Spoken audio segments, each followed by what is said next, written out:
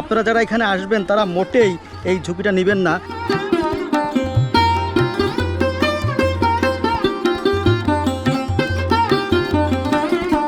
এখানকার রাস্তা দিয়ে যখন আপনি হাঁটবেন তখন মনে হবে আপনি 400 বছর আগের কোনো এক সময় পৌঁছে গেছেন। একটা সিঁড়ি পেয়েছি, সেই সিঁড়ি বেয়ে উপরে উঠেছি, যদিও ভবনগুলো খুবই ঝুঁকিপূর্ণ।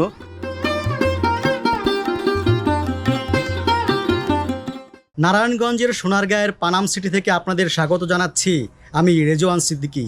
এটি এমন এক শহর যেখানে রাস্তার দুধারে দাঁড়িয়ে আছে সারিবদ্ধ সব দৃষ্টিনন্দন ভবনগুলো, অথচ এখানে থাকার মানুষ নেই। কিন্তু এই বাড়িগুলো ঐতিহাসিকভাবে খুব গুরুত্বপূর্ণ।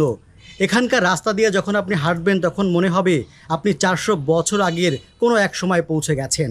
দর্শক, আজকের ভিডিওতে আমি আপনাদের এই পানাম সিটি ঘুরে দেখাবো, জানাবো এর ইতিহাস। আশা করি পুরো ভিডিও জুড়ে আমার সঙ্গেই থাকবেন।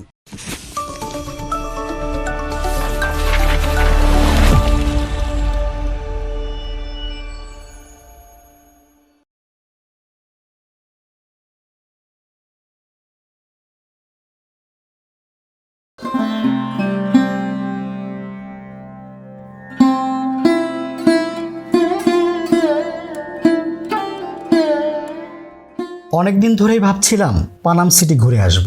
অন্তত ইতিহাসের গায়ে হাত বোলাতে হলেও সেখানটায় যাওয়া উচিত। ঐতিহাসিক স্থাপনার প্রতি আমার আগ্রহ আকাশচুম্বী।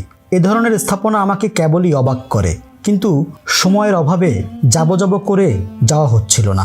অবশেষে কাল বিলম্ব না করে চলে এলাম পানাম শহরে।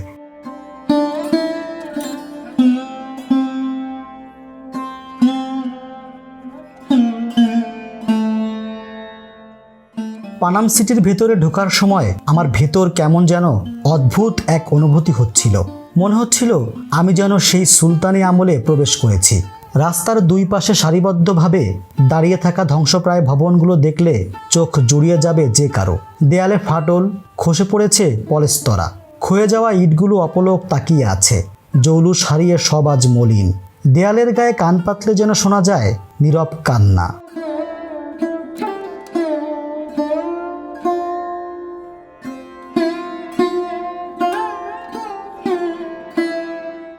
মূলত পানাম ছিল হিন্দু ধনী ব্যবসায়ীদের বসত ক্ষেত্র। ব্যবসায়ীদের ব্যবসা ছিল ঢাকা কলকাতা জুড়ে। তারাই গড়ে তোলেন এই নগরী। এখনো এখানে হিন্দু বসতি আছে, আছে মন্দির।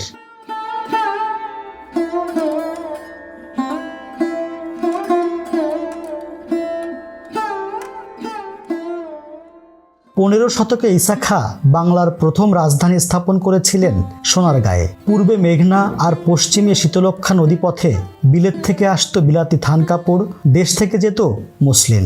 শীতলক্ষ্যা আর মেঘনার ঘাটে প্রতিদিনই ভিড়ত পালতোলা নৌকা। প্রায় ওই সময় ইস্ট ইন্ডিয়া কোম্পানির বাণিজ্যিক কার্যক্রম এবং চিরস্থায়ী বন্দোবস্তের ফলে ইউরোপীয় অনুপ্রেরণায় নতুন ঔপনিবেশিক স্থাপত্য রীতিতে গড়ে ওঠে পানাম নগরী। পরবর্তী সময়ে এই পোশাক বাণিজ্যের স্থান দখল করে নেয় নীল বাণিজ্য। ইংরেজরা এখানে বসিয়েছিল নীলের বাণিজ্য কেন্দ্র।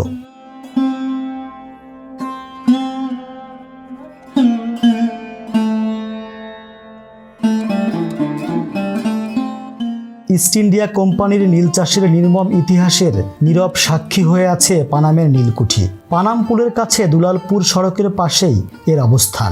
জানা যায় শুরুতে এটি কোম্পানির মসলিন বস্ত্র ক্রয় কেন্দ্রের দফতর ভবন হলেও পরে কুঠিটি নীল ব্যবসা কেন্দ্র হয়ে ওঠে।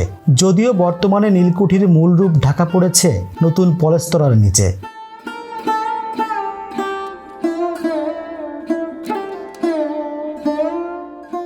পানামের টিকে থাকা বাড়িগুলোর মধ্যে 52টি বাড়ি উল্লেখযোগ্য। পানাম সড়কের উত্তর পাশে 31টি আর দক্ষিণ পাশে 21টি বাড়ি আছে। বাড়িগুলোর অধিকাংশই আয়তাকার, উত্তর দক্ষিণে বিস্তৃত, উচ্চতা 1 তলা থেকে 3 তলা। বাড়িগুলোর স্থাপত্যে ঔপনিবেশিকতা ছাড়াও মোঘল, গ্রিক এবং গান্ধারা স্থাপত্য শৈলীর সাথে স্থানীয় কারিগরদের শিল্প কুশলতার অপূর্ব সংমিশ্রণ দেখা যায়। আমি এখন পানাম সিটির একটি ভবনের ছাদের উপর উঠেছি।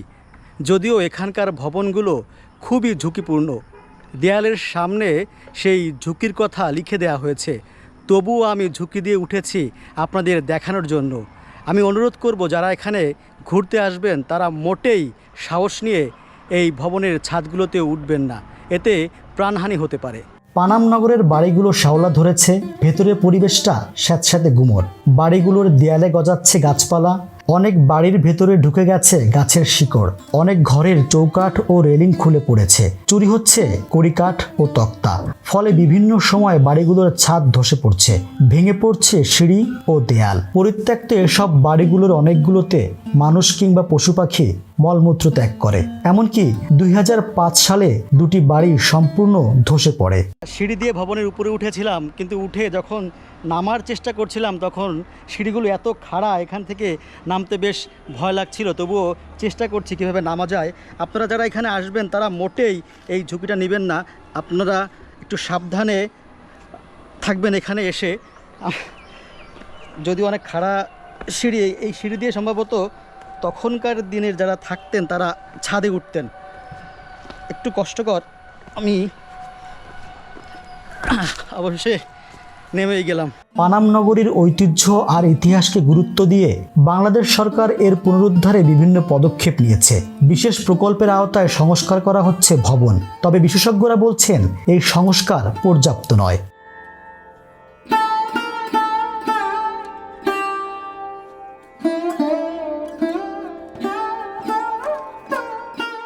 পৃথিবীর ধ্বংসপ্রাপ্ত 100 স্থাপনার মধ্যে পানাম সিটি অন্যতম। তাই একেবারে হারিয়ে যাওয়ার আগে সময় সুযোগ করে আপনিও একবার ঘুরে আসুন পানাম সিটি থেকে। সোম থেকে শনিবার পানাম সিটি খোলা থাকে, রোববার সাপ্তাহিক ছুটি।